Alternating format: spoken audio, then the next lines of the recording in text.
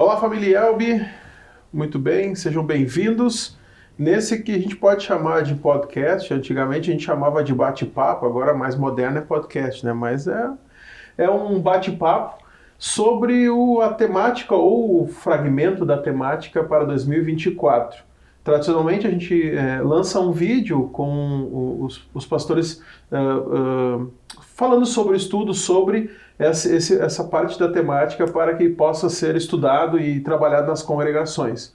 E agora esse ano a gente tem esse formato um pouco diferente e eu já peço ajuda aos universitários. Aqui conosco o professor, o reverendo Dr. Max, que escreveu então o texto, a defesa, digamos assim, da temática, e o pastor Fernando, que é colega da diretoria de educação cristã, que se debruçou e ainda, digamos assim, dividiu essa temática em outras formas de serem trabalhadas, né? Sejam bem-vindos, acho que um breve currículo. Eu sei que hoje nós vamos falar bastante alguns termos estranhos. Já ouvi como é que é crisiologia, como é que é o termo grego lá? Bebalumen. Bebalumen, enfim, vamos lá. Bem-vindos então. Max, por favor. Obrigado. Maximiliano. Como você se sentir mais à vontade. Obrigado, é um prazer estar aqui com vocês, né? Já posso dizer que foi um prazer e um privilégio poder ter dedicado tempo, escrito esse estudo temático, que a gente espera que realmente possa ser útil aí para toda a igreja e contribuir com o crescimento e as reflexões aí mais ricas que serão feitas a partir desse tema durante o ano que se segue, né?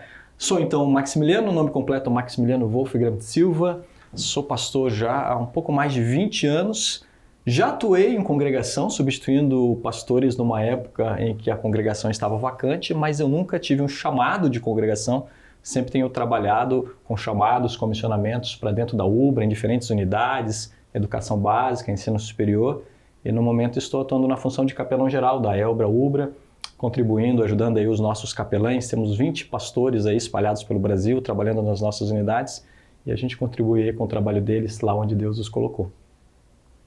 Também queria dizer um olá a todos vocês, e especialmente receber aí conosco o Dr. Max, nosso querido amigo, também que pôde se debruçar sobre essa que é a nossa temática agora para o ano 2024, e uma temática muito importante porque ela diz respeito à nossa vida cotidiana e à maneira como Deus vai, através da sua palavra, dos seus sacramentos, fortalecendo a nossa fé e nos fazendo ficarmos ou permanecermos fiéis a Ele. Então, seja bem-vindo aí, Max, e muito obrigado aí, Eders, pelo convite. É uma grande alegria estar aí conversando com esse povo querido. Pois 2024, então, na verdade a temática do quadriênio é Vivendo em Cristo, e 24 a gente tem confirmados na fé em Cristo. E o que me chama a atenção já de cara são o Vivendo em Cristo, ele parte de 2 versículos, né? Do Colossenses 2, 6 e 7.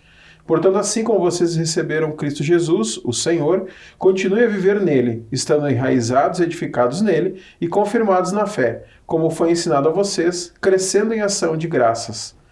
E eu acho interessante que de um pequeno fragmento, então vamos lá, são aqui 3 palavras, né? Confirmados na fé em Cristo, sai um texto de algumas páginas, vários estudos, isso eu acho sensacional, da teologia, né? Porque vamos para a raiz grega, linkamos a outros textos e temos uma gama aí de estudo e de trabalho a ser feito, né? Então, como é que a gente chega a esse confirmados na fé? Para o leigo, a gente vai para o confirmados, a gente faz a relação com a confirmação, né? Não sei se tem essa relação ou não, mas para mim é isso, vai direto à confirmação, inclusive ao ato em si, né? ao momento, ao estudo, essa preparação. Tem essa raiz, ou essa proposta, essa ideia nesse texto? Talvez acho que a primeira coisa que eu posso dizer é que quando eu recebi o convite, né, e fui ver lá o trecho do versículo que a mim cabia, eu senti um desafio, um peso grande nas costas, né? E agora como é que nós vamos debruçar essas poucas palavras, como você disse, dentro de um versículo, né? São versículos os dois ali que compõem o tema, né? E dentro de um livro tão importante para a nossa fé. Eu fiquei com inveja de quem pegou os estudos anteriores, que falavam sobre enraizados, edificados, né? São assim metáforas bem assim concretas, mais concretas, mais palpáveis e que permitiria aí reflexões. Eu confesso que fiquei com uma, se não sei, dá para dizer, uma santa inveja deles, né? Mas muito bem, foi o que nos coube, né? E partilho dessa mesma percepção sua. Quando a gente fala em confirmados, né? Nos remete a esse rito, a esse momento especial que nós temos tradicionalmente na Igreja Luterana. Existe conexão? Eu diria que sim, mas não é exatamente a mesma coisa, né? Quando a gente pensa em confirmação, se a gente for falar de uma maneira assim bem objetiva, né? A palavra confirmar, ela nos remete diretamente ao nosso batismo. Então, naquele momento, nós estamos confirmando, ratificando, afirmando novamente, reforçando aquela fé na qual nós somos batizados. Grande parte, né, na tradição luterana, nós somos normalmente batizados quando crianças e bebês, e ali então, já cientes de quem nós somos, né, e conscientes dessa nossa relação e desse papel em Cristo, a gente faz essa confirmação daquela fé que nós somos batizados. Então essa ideia, ela está presente ali, e eu entendo que está presente na maneira como essa palavra é usada dentro do Novo Testamento. Existe essa ideia de ratificar, de confirmar, de afirmar novamente algo que já foi dito e trazido depois. Mas ela, acredito que ela também vai além disso, ela expande para outros horizontes e abre percepções e reflexões bem mais adiante do que isso.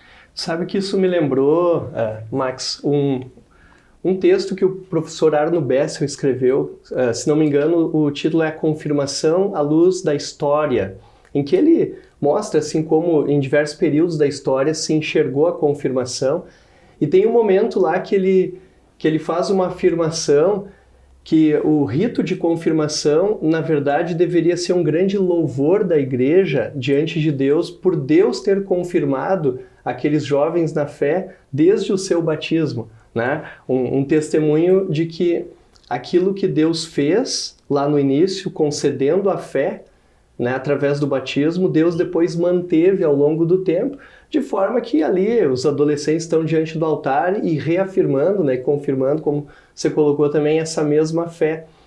E daí isso me faz lembrar de cara de uma das primeiras coisas que você escreveu ali no estudo, quando cita também o teólogo Oswaldo Bayer, né, quando diz que para que a gente possa decidir, ou antes de decidir, a gente precisa lembrar aquilo que nos foi dado, né? E é interessante isso, né? A confirmação, falando do nosso rito de confirmação, só existe porque Deus deu a fé no batismo. Quer dizer, ela acontece a partir de algo que nos foi dado. Deus, ele mantém essa fé ao longo do tempo, e a gente, num culto muito bonito, louva a Deus porque ele confirmou aqueles jovens na fé durante tanto tempo. Então essa também é uma maneira, lembrando também o querido professor Arno Bessel, né, de um insight também que ele coloca nesse escrito, né? Louvar a Deus porque Deus confirma a gente ao longo do tempo, aquilo que ele nos deu lá no início, ele vem mantendo ao longo da vida, né? Quando eu li o texto que o pastor Max fez, o senhor abre o texto falando em escolhas. Mas eu agora não entendi, Lufas, como assim escolhas? A gente vai confirmar. Qual é o meu problema com a escolha em confirmar? Confirmar é uma afirmação, não é uma escolha. Eu já estou de novo, pela lógica de um leigo de uma palavra em português, não olhando para a sua origem, a confirmação é confirmar alguma coisa, não há uma escolha em confirmar. Eu só afirmo alguma coisa que eu sei, né? Isso é uma confirmação. Ou eu afirmo negativamente o que eu não sei, né? Eu confirmo o que eu não concordo com aquilo, enfim. E aí o senhor abre a introdução do texto falando, o texto que está à disposição para quem quiser lá, junto com o material da temática, tem o texto completo para os pastores poderem baixar e ler, os leigos também, mas poder estudar um pouquinho mais esse texto feito pelo pastor Max. E aí, o que tem a decisão a ver com isso? Pois é. Talvez uma das maneiras, foi a maneira como eu olhei para o estudo, né, e eu convido aqueles que vão fazer isso, procurem ter esse mesmo olhar, é de tentar fazer conexões. né? Conexões as mais diversas, né? Primeiro, uma conexão com os elementos que fazem parte dos próprios versículos que estão ali selecionados e que são a base para o tema da igreja, né? E especialmente quando a gente pensa ali na questão da escolha, que é o que você remete, né? Uma conexão que eu tentei fazer foi justamente com a parte do versículo ali de Colossenses em que fala: continuem a viver nele. Né? Então nós temos vários elementos, e riquíssimos elementos, tanto nesses dois versículos 6 e 7, mas no contexto todo, na carta como um todo, e na verdade o próprio estudo ele expande isso para além do próprio livro de Colossenses, né? Várias conexões que eu entendo que nos ajudam a compreender facetas, nuances, elementos importantes do que esse confirmar significa para a nossa vida enquanto cristão. Então, à medida que ele faz essa conexão com viver em Cristo significa ter, né, e essa reflexão está presente ali, significa ter Jesus como Senhor da nossa vida. Esse é um tema importante ali em Colossenses, né, dentro da cristologia que é ali trabalhada, esse senhorio de Jesus Cristo é ali afirmado, né, e ele traz essa palavra de, olha, vocês já foram resgatados. Vocês já estão na graça, vocês receberam essas bênçãos da parte de Deus, né? Não fujam disso, não corram da graça que já foi dada para vocês, não se afastem disso. Se firmem nisso e vivam conforme isso, né? O viver aqui, eu até faço essa reflexão, não está diretamente ligado a um código moral. Existem outros espaços na própria carta em que essas coisas são esmiuçadas, né? Mas o tema que eu destaco ali, que para mim é essencial, é a questão da fidelidade. Ou seja, à medida que eu vivo a minha vida, seja como indivíduo cristão, seja como comunidade cristã, eu vivo a minha vida em fidelidade a Deus. E à medida que eu vivo a minha vida, eu tomo decisões. Né? Eu penso a respeito de que caminho seguir, que direção tomar, de que maneira me portar, à medida que eu vivo refletindo na minha vida aquilo que Deus entregou e que Deus deu para mim. Né? E é nesse contexto que essa conexão é feita entre os confirmados, a partir dos conceitos que a gente já falou aqui, que a gente deve ainda avançar um pouco à medida que conversamos hoje, né?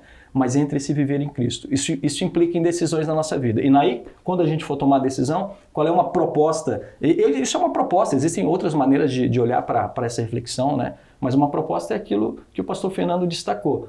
Antes de nós pensarmos no que vamos fazer, vamos pensar primeiro no que nos foi dado. Né? Porque eu entendo que as ações, elas refletem a essência do que nós somos. Para mim, por exemplo, pensar sobre ética, antes de pensar sobre o que fazer, é pensar sobre o que nós somos. Porque o que nós somos deveria, no mínimo, impactar o que nós vamos fazer.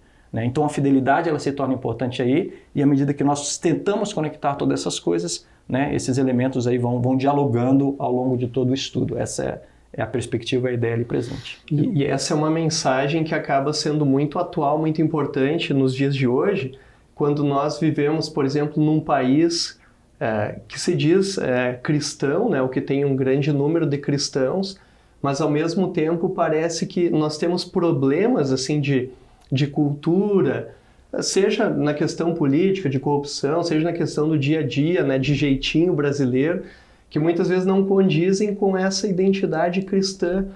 E a gente percebe assim que talvez na nossa cultura exista um descolamento muito grande entre o ser cristão, que parece uma coisa lá da igreja, do domingo, vírgula, a nossa vida durante a semana. Depois uma outra vírgula, a nossa vida de novo no domingo, na igreja. Então se compartimentaliza muito essas questões, né? Então acredito que dentro dessa ideia, tomar decisões baseadas naquilo que nós recebemos de novo, voltar à nossa identidade, né? Quer dizer, de fato, lembrar quem nós somos na hora de decidir, na hora de tomarmos as nossas decisões. Não ter essa ruptura, né? O que tem sido sempre um problema. Eu digo que estamos falando do vivendo em Cristo, né? Assim, recortando o texto, estamos falando do viver em Cristo. Isso é antes do confirmar-se, então seria a nossa vida do nosso dia a dia, nossa decisão do dia a dia baseado na nossa vivência em Cristo. E a gente não acaba correndo o risco de cair num legalismo ou querer procurar na Bíblia alguma linha ética a ser seguida, não uma linha ética, mas assim, a decisão certa. Qual é a decisão bíblica daquilo, né? Óbvio, nós temos decisões fáceis de serem tomadas, aquelas que vão chocar com os mandamentos, a gente sabe que só tem um caminho. Agora, há outras decisões do dia a dia, vamos lá, propriamente o espectro político, para que lado eu vou, isso, há questões que são pacíficas que o cristão não vai apoiar, mas há questões que são... Não há um paralelo na Bíblia, ou de escolha racional. uma escolha racional, né? E aí? A gente não corre o risco de cair num legalismo ou querer trazer um código, já que você falou, um código de ética para dentro da nossa vida?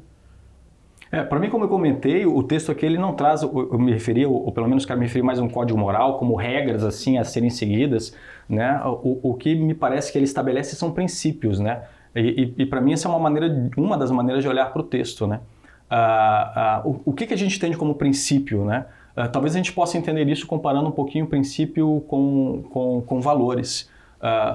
Eu entendo que princípios da nossa vida funcionam como um farol. Um farol, ele está sempre lá, fixo no lugar, né? E a partir dali ele lança a sua luz e ele ajuda os navios a identificarem onde eles estão e também a perceberem qual é o caminho seguro para eles trilharem, em que direção segura eles devem trilhar. Mas o princípio está ali. Ou seja, ele se torna uma referência independentemente de onde o navio está, à medida que o navio consegue enxergá-lo. Ou seja, independentemente do momento da vida que a gente está para tomar decisões, né?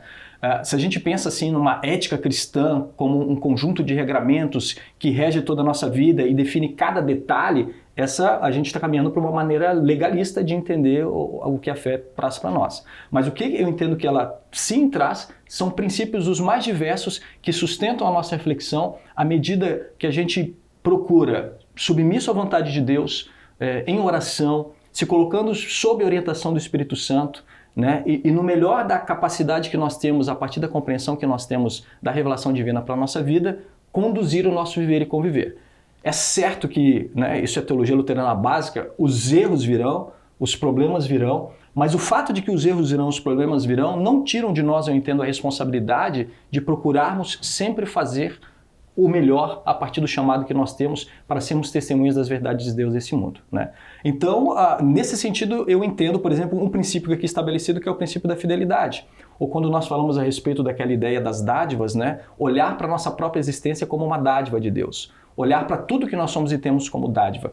Para mim, esses elementos estabelecem princípios que nos orientam na tomada de decisão e não um código de regramento que realmente daí encaminharia para um legalismo.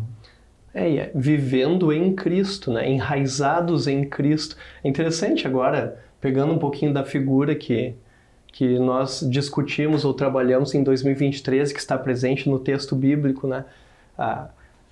Enraizada a árvore cresce e a laranjeira enraizada ela vai dar as suas laranjas, né? Então, esse enraizado me parece uma coisa um pouco mais forte. Hoje, por exemplo, né, Max, as pessoas seguem influencers, né? Tem os seus influencers, os quais os influenciam nas suas tomadas de decisão. Me parece que essa imagem do enraizado, do vivendo em Cristo, ela é uma coisa um pouco mais poderosa, muito mais poderosa, na verdade. Não se trata apenas de alguém em quem a gente se espelha ou tenta imitar uma coisa ou outra, ou tenta pegar algum conselho, algum padrão moral, mas trata-se de uma união mística, né? De uma união batismal, a gente diria assim. Então nós vivemos em Cristo, então a nossa vida, apesar de ainda sermos pecadores, né? 100% pecadores, mas vivendo em Cristo, a nossa vida ela vai manifestar isso também, em fidelidade, que é como você coloca ali, né? Quer dizer, ela vai ter esse aspecto da fidelidade, vivendo em Cristo. Quer dizer, a fruta não vai cair longe do pé, né? A laranjeira vai dar laranjas, o cristão ele vai praticar boas obras, aquela discussão clássica, né?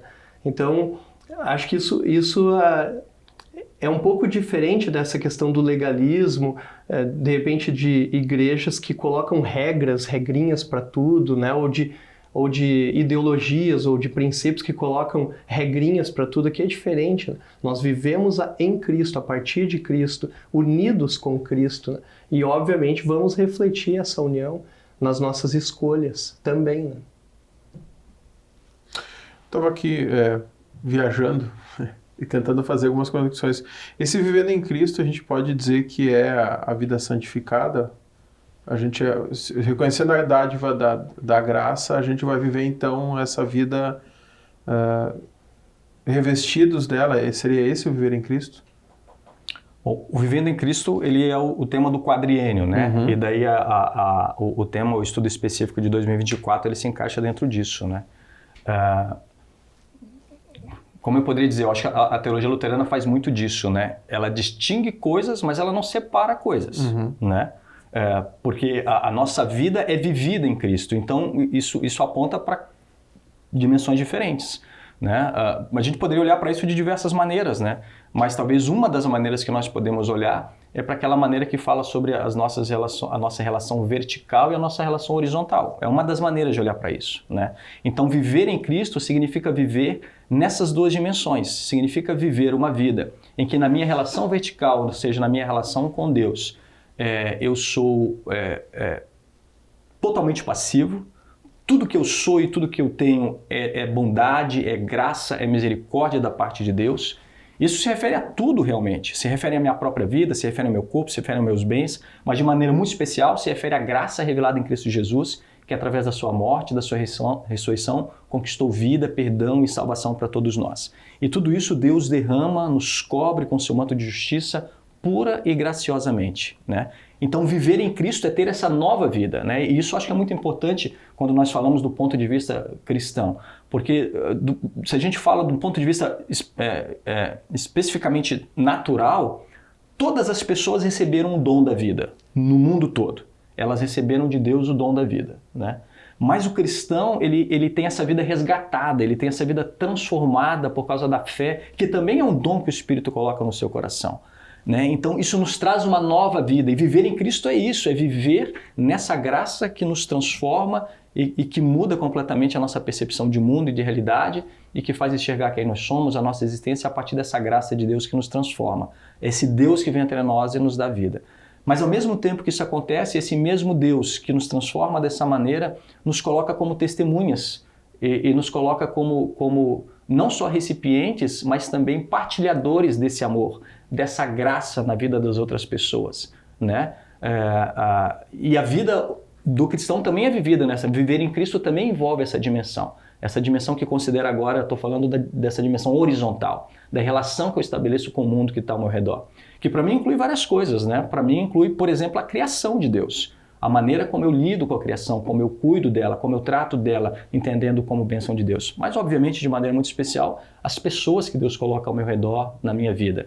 Então, o viver em Cristo, ele permeia todas as dimensões de quem nós somos e se sustenta em quem Deus é na nossa vida através de Jesus.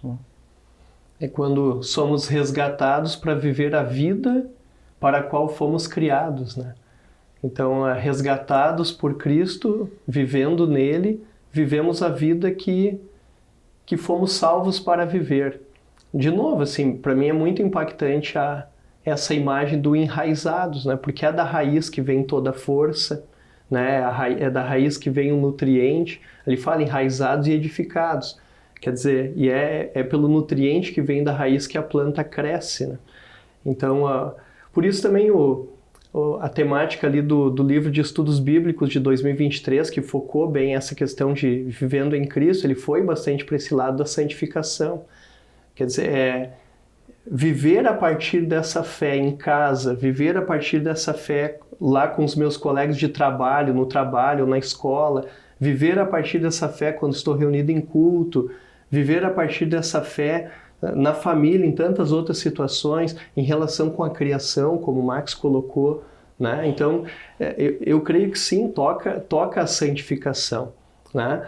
Se Deus olha para nós, Ele enxerga Cristo em nosso coração e por isso nos ama, nos perdoa, nos salva, e isso é dádiva, e é tão somente dádiva que recebemos pelo batismo e que é mantido em nós pela palavra, a consequência disso é uma nova vida, é uma vida restaurada. Quer dizer, uma vida, voltando, né, para a questão das decisões, das escolhas, né, é uma vida de novas escolhas. Porque é uma vida dominada pela ação do Espírito Santo também. Obviamente com pecados, né? A gente não vai ser não vai tomar agora um caminho triunfalista aqui, porque a gente conhece muito bem os nossos pecados e convive com os pecados dos outros também. Mas é uma vida guiada pelo Espírito Santo. de pecado, de arrependimento, de perdão, de nova tentativa, de espelhamento daquilo que Cristo gera na nossa vida também. Que é uma vida triunfalista. Olha, eu entendo por vida um discurso triunfalista é aquele discurso assim, não, assim, ó, eu era tudo de ruim, daí eu me tornei cristão, agora eu sou tudo de bom, né? Ah, não, nós temos o Espírito Santo, por isso praticamente não vamos mais falhar, tudo vai dar certo. A gente sabe que não é assim, né? Martinho Lutero falava, somos 100% pecadores, 100% justos. Nossa natureza, o pecado habita, né? O pecado está no ser humano e ele vai se manifestar durante toda a vida, seja durante a vida do cristão, seja durante a vida do não cristão. Mas a fé, ela nos torna novas criaturas, ela coloca o Espírito Santo ali trabalhando também. Ou seja, existe um ambiente de luta, um ambiente de refletir o brilho, o amor de Deus, né? Então a vida do cristão também vai ser palco do pecado, infelizmente, mas vai ser palco do arrependimento, vai ser palco do perdão, vai ser palco de uma luta, né, por uma vida santificada. Então ser triunfalista é negar tudo isso. É justamente achar que por eu ser cristão, a minha vida agora é perfeita, é melhor do que a vida dos outros, né? Discursos que infelizmente a gente ouve, né? Ouve bastante por aí. Discursos triunfalistas. Entendi, eu fiz um parênteses aqui. Eu estou tentando ser sistemático porque a minha cabeça não é. Eu já fui no final, voltei do estudo. Falamos que, acho que entendemos bem a questão do vivendo em Cristo, de olhar para a graça, olhar para as dádivas que nós temos para poder tomar a decisão tendo em vista ou conhecendo aquilo que nós temos ou que somos, né? E agora confirmados. Eu tinha aberto o nosso papo aqui falando da confirmação, do nosso ato de confirmar. E aí agora vamos para o grego. Porque o confirmados, ele está num tempo verbal bem específico em português. No grego, eu acho que tem alguns tempos verbais a mais do que o português. Como é que ele funciona aí? Pois ele tem um específico, né, mas que tem uma correspondência, obviamente, em português, que eu entendo que ela acaba sendo bem expressa nas traduções, né, que nós temos aí da Bíblia para o português ou em outras línguas também, né? O que se destaca, eu entendo, é a voz passiva do confirmados, né? Acho que esse elemento importante nós temos ali presente. E podemos ampliar, e eu entendo que, de repente, deixa eu dizer isso ou começar dizendo isso de outra maneira, né? Eu não sou um exegeta, né? Mas a gente guarda coisas importantes das nossas aulas de exegese, e o pastor Fernando vai concordar comigo. Exegese que é o entender o texto original. Isso, um estudo, né, a partir do texto original, do grego, do hebraico, né? E uma das coisas que me marcou muito na minha aula de exegese, né, foi uma atividade que o professor Linden, né, vou nominá-lo aqui, ele fez em uma disciplina, ele pediu para nós olharmos o que a palavra igreja significa em todos os contextos no qual ela é mencionada. E nós então demos uma olhada, fizemos pesquisa em todas as vezes que ela aparece ali no Novo Testamento. E isso no original. Isso, e o que isso significa dentro daquele contexto, né? E para nós, pelo menos para mim, foi, né, um momento de abrir assim horizontes, né, de perceber que, por exemplo, por vezes a palavra igreja, a mesma palavra, ela é usada para se referir à igreja como um todo, ou seja, toda a comunidade daqueles que acreditam em Jesus Cristo como seu Salvador, ou como ela é definida, por exemplo, no terceiro artigo do Credo Apostólico. No entanto, existem outros momentos em que a palavra igreja, a mesma palavra é utilizada no grego, por exemplo, para se referir a uma comunidade específica, ao grupo de cristãos localizados numa cidade específica. Ali a palavra igreja é utilizada também. Então foi interessante, obviamente, para pensar um pouco mais amplamente sobre a eclesiologia, ou a doutrina da igreja, mas para mim foi especialmente importante para pensar um método muito interessante de trabalhar o texto bíblico, né? E um dos métodos de trabalhar é justamente quando você tem uma palavra, e aqui é bom que nós temos essa palavra em outros contextos, dá uma olhada em como ela é traduzida, o que ela significa, como ela é utilizada em outros contextos dentro do Novo Testamento. O pastor sabe que nem sempre dá para fazer isso, né? Porque tem algumas palavras que aparecem só uma vez no texto sagrado. Mas aqui a gente tem essa graça de que ela aparece várias vezes. E à medida que você olha então para esses outros contextos, eu entendo que isso enriquece. Nós fizemos esse exercício lá no estudo, né? De olhar para esses outros contextos, elas enriquecem essa compreensão da palavra e nos apontam aí para outras possíveis traduções ou compreensões, além de confirmado, que é aquela que aparece no nosso, né, na nossa versão que nós estamos utilizando aí, que é a Nova Almeida atualizada, né? Uma para mim que foi bem interessante é aquela ideia de fortalecer, né? Que para mim conecta-se ao confirmado, mas que traz um outro elemento metafórico também interessante. Né? Então, primeiro eu destaquei a questão da voz passiva, né? E a voz passiva ela aponta para um ato que é realizado por nós ou em nós. Né? De novo, para aquela ideia inicial que nós destacamos, a ideia da dádiva, do presente, é Deus que torna isso real e concretiza isso na nossa vida. Né? E Ele concretiza isso e faz isso para o nosso bem. Então, quando nós olhamos, para mim esse é o significado presente aqui no texto de Colossenses, mas no seu uso, nós temos essa ideia de coisas ditas ou afirmadas por Deus que são confirmadas, que são fortalecidas, que são reafirmadas, que são ratificadas. E para mim esse é um elemento importante quando nós focamos nesse estudo. Né? Um dos destaques que eu faço, por exemplo, eu falo da teologia luterana, para mim teologia cristã, como sendo uma teologia da promessa. Né? E para mim isso é muito significativo, por exemplo, quando a gente olha particularmente para mim, pelo menos, quando a gente olha, por exemplo, para a narrativa da queda em pecado. Né? Nós conhecemos toda a narrativa, né? E é interessante que quando o diabo se aproxima do ser humano para tentá-lo, né? A pergunta que o diabo faz é: Eva, é verdade que você não pode comer de nenhuma árvore do jardim? Por que para mim isso é importante? Porque o diabo ali, o mal, ele está distorcendo o que Deus tinha dito. Deus não falou isso. Deus falou: você pode comer de tudo, só não vai naquela árvore lá. Mas ele distorce. E por que para mim isso é interessante? É esse movimento de distorcer a palavra, o que Deus havia dito. E esse conceito de palavra é muito importante, né? A gente olha para a criação e nós afirmamos: Deus criou o mundo através da sua palavra. É essa palavra que sustenta, essa palavra que dá vida, essa palavra que orienta, e o diabo distorce isso, né? Aí a gente conhece a história: Eva foi lá e comeu, Adão foi lá e comeu também, né? Mas uma perspectiva que eu tenho é a seguinte: o morder o fruto era a concretização de algo que começou no coração do ser humano. E o que começou no coração do ser humano? Desconfiança. Será que Deus realmente está me... Será que Deus só não quer que eu seja? Desconfiança. E se concretiza com um ato de desobediência. E para mim é interessante porque depois, quando a bagunça está feita e Deus é que tem que arrumar, porque o homem não consegue, né? Como é que Deus faz isso? Ele faz fazendo uma promessa. Né? Ele fala lá, a descendência de Eva, a descendência do diabo, ele faz uma promessa do envio do Salvador. O que nós temos aqui de novo? Palavra. Né? E essa mesma palavra dada por Deus, ela é confirmada em todo o Antigo Testamento, seja através dos profetas ou dos próprios atos salvíficos de Deus junto ao povo de Israel, que são uma sombra do que vai acontecer depois. Então nós temos dentro de toda a Bíblia Sagrada essa confirmação, essa reafirmação, esse fortalecimento das palavras de Deus. Né? E se nós pensarmos hoje, o que nos conecta a Deus? Ou vou colocar de outra maneira. O que torna nosso aquilo que Jesus conquistou na cruz? Fé. E o que a fé é?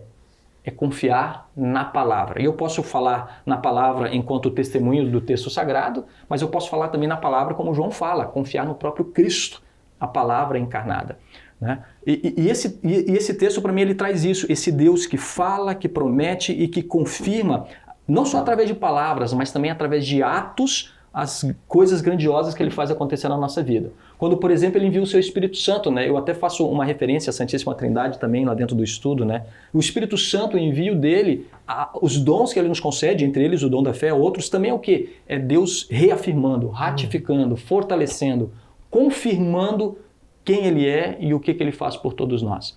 E daí isso se estende para outras dimensões da nossa vida, esse confirmado, né? Dimensões muito particulares que vocês eventualmente podem se lembrar, e quem está nos acompanhando pode se lembrar também, quando em momentos diversos da nossa vida, Deus confirmou em nós as suas promessas, né? seja pelo perdão recebido, ou seja por outras situações vividas em que Deus confirma as suas promessas e nos fortalece nesse sentido, para que a gente continue vivendo enraizado e edificado nele.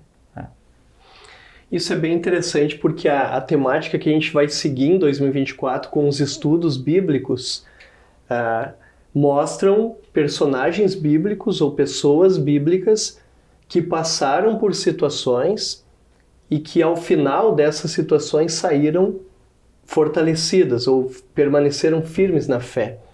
E isso só foi possível exatamente porque Deus confirmou a sua palavra mesmo nos momentos de sofrimento, de luto, de angústia. Até posso usar como exemplo Jó, né? Jó, ele perdeu tudo, inclusive sua saúde. Aquilo que ele olhava, aquilo que ele ouvia, aquilo que ele sentia, nada mais apontava para Deus, né? Ou para a palavra de Deus. Nada mais apontava, ele parecia ter sido completamente abandonado. Tanto é que a mulher de Jó diz, amaldiçoa esse Deus e morre, não sobrou nada para ti. Só que Jó, ele permanece firme no quê? Na confiança nessa palavra, nessas promessas de Deus. Tanto é que num determinado momento ele diz, eu sei que o meu Redentor vive e por fim se levantará sobre a terra e na minha carne eu verei a Deus. Ele permanece em confiança nessa promessa de Deus. E isso é muito significativo. Os olhos não veem, o corpo não sente, a razão não entende, tá tudo embaçado, mas ainda tá ali a promessa. Ainda tá ali alguém que confiou na promessa. E Deus, ele confirma essa fé em Jó, e tanto é que depois a gente sabe o final da história, né, que ele permanece firme até o fim. Quer dizer, ele ultrapassa o momento de dúvida e tribulação e permanece na fé. E assim tantas outras pessoas, né, exemplos da Bíblia, por exemplo, Maria. Maria recebe a notícia de que ela vai ser mãe de uma criança. Poxa, ela não tinha relacionamento com o homem, era uma jovem ainda. Quanto medo, quanta desconfiança, sei lá quantas incertezas no coração de Maria, mas ela confia na palavra. Quer dizer, e através dessa palavra, Deus confirma a fé no coração dela também. Então é interessante isso, assim, a palavra de Deus, através de tantos exemplos bíblicos, a gente já percebeu que ela não perece, ela não muda, ela não passa, independente daquilo que os olhos estão vendo, que o coração está sentindo, que a razão está dizendo. A gente vive hoje numa sociedade que é muito passional, né? Quer dizer, eu quero sentir Deus, né? Eu quero tocar a bênção. Tá, mas e se você não sentir Deus? E se você não puder tocar a bênção? Se pelo contrário, ao invés de tocar a bênção, tua vida estiver passando por séria dificuldade, crê, confia, porque a palavra de Deus permanece a mesma desde o princípio do mundo. O mesmo Deus que confirmou essa palavra e confirmou essas promessas, né, Max, como você trouxe, o mesmo Deus que confirmou essas promessas durante toda a história, ele vai confirmar elas na tua vida também. Então, mesmo que tudo pareça indicar que Deus não está nem aí para ti, permanece confiando na palavra, né? E claro, é fácil falar. E a gente sabe que tantas pessoas passam por dificuldades e permanecem confiando. Por quê? Porque o Espírito Santo está ali fazendo o trabalho. O trabalho que a gente muitas vezes não teria condição de fazer, de se manter firme, fiel, mas o Espírito Santo está ali fazendo. Então, para mim, o bonito dessa temática tá nisso, assim. E a gente poder confiar que Deus não vai nos desamparar, que Deus vai continuar nos dando o seu Espírito Santo, que independente do que aconteça nesse mundo, as promessas de Deus vão ser cumpridas, elas vão acontecer. E a gente pode confiar firme nessa palavra. Agora, talvez uma pegadinha aqui. E na prática isso? Como é que isso vai confirmar? Você, Marcos, falou no início lá, né, que era um texto mais subjetivo, mais não tão palpável quanto a primeira parte, né, o raizado. Mas e como é que a gente consegue trazer isso palpável? Como é que a gente consegue trazer esse confirmados Porque a fé, como é que eu vou dizer? A fé não é algo palpável, ou ela é palpável? Eu penso que isso é confirmado e se evidencia na nossa vida de diversas maneiras, né? Se evidencia, por exemplo, pelo fato de que ainda hoje, 2000 anos depois de Jesus Cristo, essa fé continua viva, transformando pessoas no mundo inteiro e resgatando almas no mundo inteiro, né? O cristianismo já passou por situações as mais diversas que poderiam fazer com que ele fosse apagado do mapa. Mas a promessa de Deus é: a sua palavra não passará. Então nós experimentamos hoje, penso eu, por exemplo, no nível pessoal. Quando essa palavra chega até nós e essa palavra nos transforma, né, de diversas maneiras. Eu entendo que a fé que o Espírito Santo coloca em nosso coração, ela nos traz muitas bênçãos. A mais destacada, talvez nós poderíamos dizer, é justamente por tornar nossa salvação conquistada por Jesus Cristo na cruz, o perdão. Mas uma coisa que eu entendo que a fé também faz é mudar o nosso jeito de pensar e de entender a vida que está ao nosso redor. Então essa fé chega até nós e ela nos transforma, né? Eu estou falando de nós aqui, estou falando de quem está nos acompanhando, né? Nos transforma por causa dessa mensagem de acolhimento, por causa dessa mensagem de perdão, por causa desses braços abertos do Pai, independentemente de que momento da vida eu esteja, né? Isso tem um impacto profundo na vida das pessoas, né? Esse acolhimento, mesmo estando eu no mais profundo poço, esse sentido de vida que me faz compreender, né? E eu gostei muito da última fala do pastor Fernando, falando a respeito das histórias que serão estudadas, né? Essa compreensão de vida que me faz perceber o meu valor muito maior do que a sociedade, por exemplo, ao meu redor está colocando, e que me faz enxergar a minha vida numa perspectiva em que eu me entendo não como o meu sentido de vida voltado para mim mesmo, mas como o sentido de vida que se direciona ao outro e que me faz com que eu me descentralize de mim mesmo.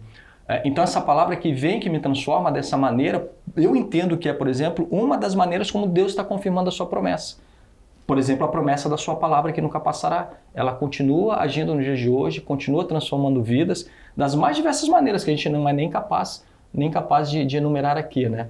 E com certeza se fizéssemos aí um levantamento e pedíssemos testemunhos, quantas e quantas pessoas se levantariam e diriam: nesse momento da minha vida a palavra de Deus se confirmou, nessa situação a promessa de Deus se fez presente. Nesse momento eu percebi isso acontecendo, né? Eu poderia falar de exemplos pessoais meus, né, em que eu senti a promessa de Deus, uma promessa para mim de Deus que é uma das principais, né, é o fato de que Ele disse que sempre estaria do nosso lado, independentemente do que estivesse acontecendo, né? Vários textos bíblicos falam sobre isso. Um dos mais bonitos que eu acho é o Salmo 23, né? Ele fala lá: ainda que eu ande por um vale escuro como sombra da morte, nada temerei. Por que eu nada temerei? Porque eu sou grandão? Não. Porque tu estás comigo. Ali é a fonte, né?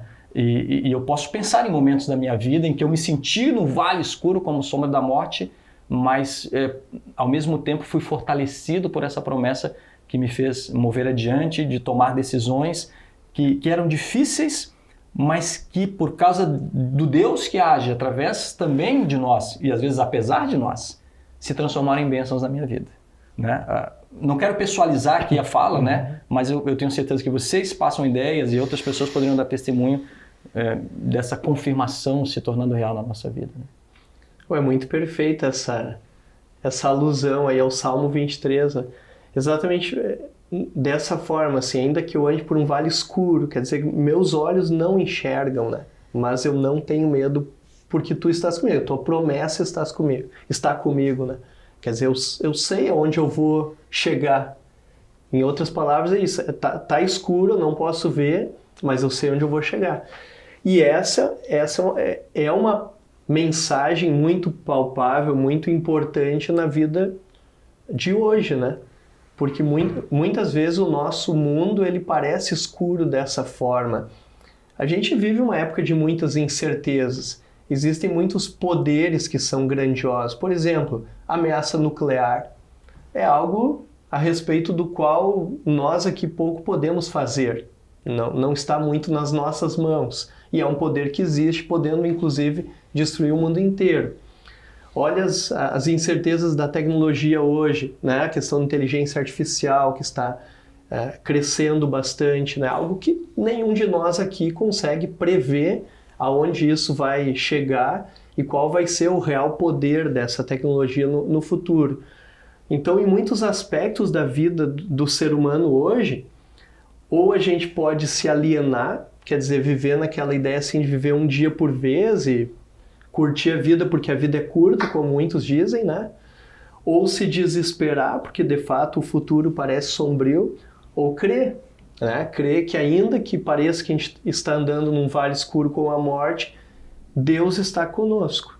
Quer dizer, as promessas de Deus continuam na igreja. As promessas de Deus chegaram até nós e nós podemos crer nela. Mas eu queria dizer ainda, de forma bem palpável, eu penso também na própria questão da doutrina, de que quando a gente estuda a doutrina da igreja, e aqui estou pensando realmente em catecismo menor, estudar os mandamentos, o credo, Santa Ceia, batismo, ofício das chaves, a doutrina da igreja. Isso não é o estudo apenas de filosofias, de opiniões, quer dizer, um conhecimento, uma sabedoria a mais entre tantas que a gente tem no mundo de hoje, né? Mas é a palavra confirmada de Deus, é uma palavra que tem percorrido o mundo, percorrido a história durante milênios, mudado muitas vidas, né, Max? Transformado vidas, salvado pessoas, e essa palavra que foi confirmada por Deus, mesmo em momentos em que a igreja cristã parecia que seria varrida do mapa, mas não foi, né?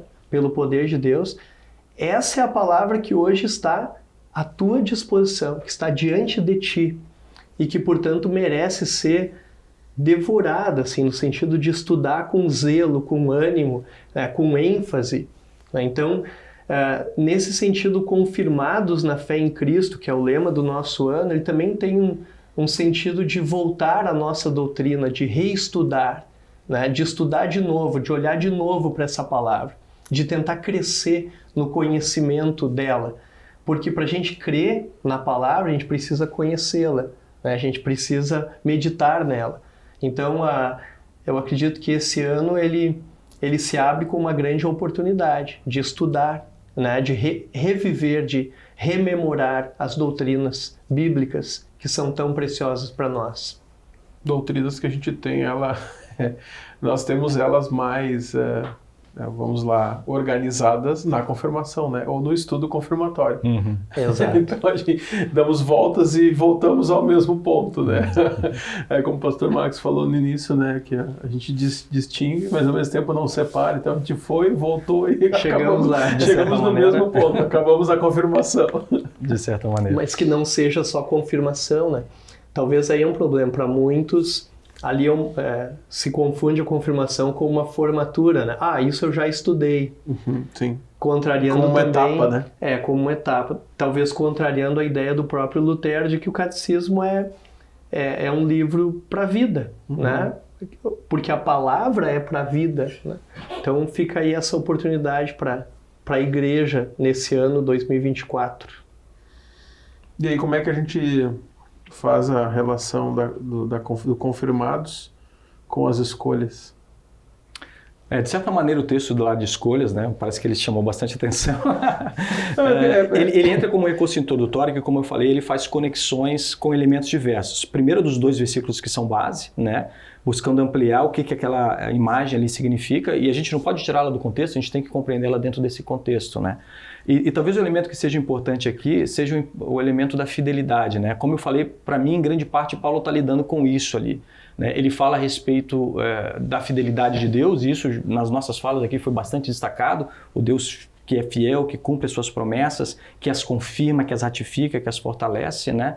Mas ao mesmo tempo essa fidelidade de Deus nos chama para uma fidelidade também à medida que nós vivemos a nossa vida.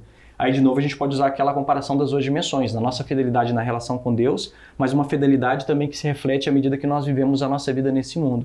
Né? Se você perceber o texto, ele não cria um código moral dizendo faça isso ou faça aquilo, mas foi aquela ideia que eu trabalhei no início. Ele estabelece alguns princípios, a fidelidade é um deles. Um outro princípio que ele estabelece é essa compreensão de que nós, e essa palavra receber inclusive aparece ali no versículo, né?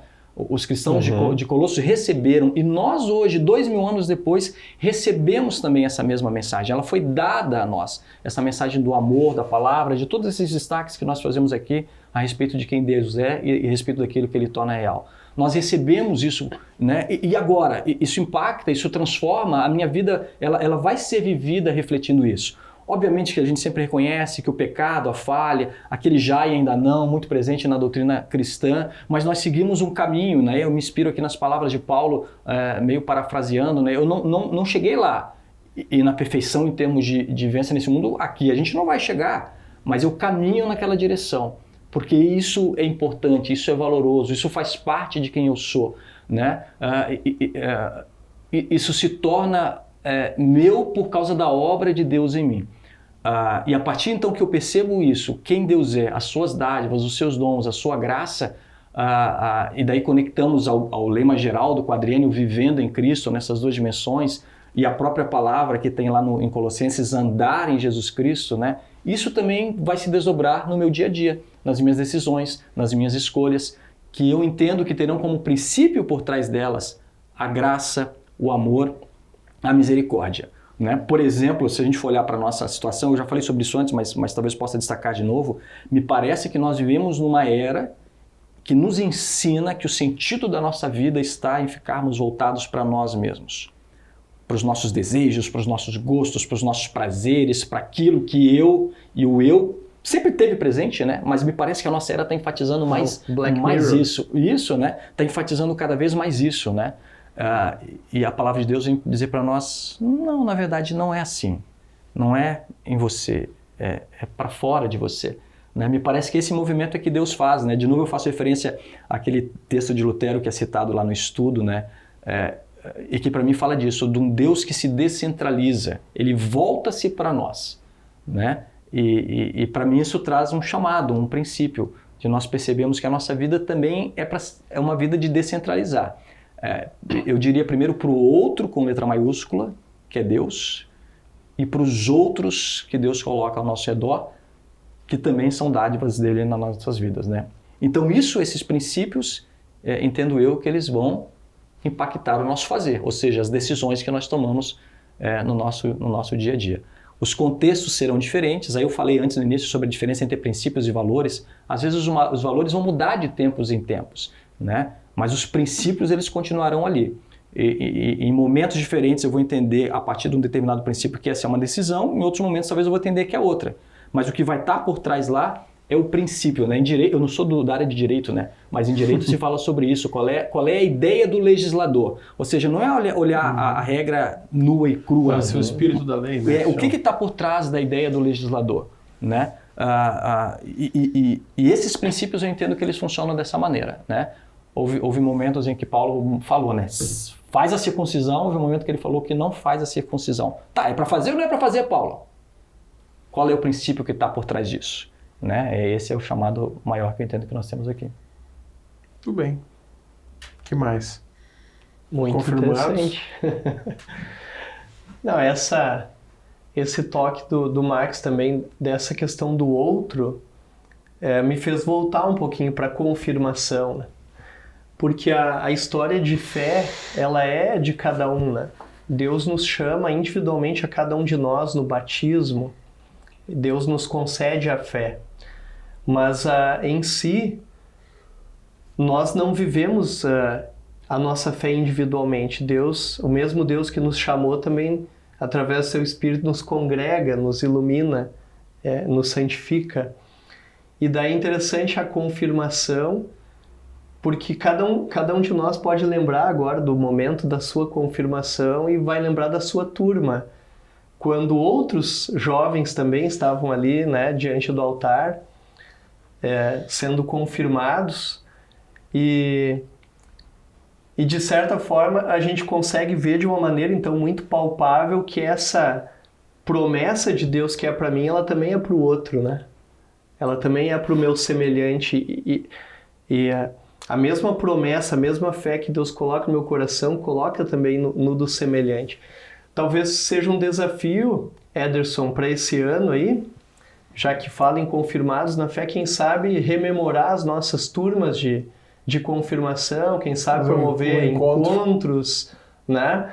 Para lembrar assim que Deus ele tem nos confirmado na fé. Infelizmente alguns contra a vontade de Deus se afastam. Mas Deus ele quer e tem nos confirmado na fé, Ele tem nos dado palavras, sacramentos, tem nos dado rica medida do Espírito Santo, tem nos dado tudo que a gente precisa para uma fé receptiva. Né? Deus é o doador de toda boa dádiva.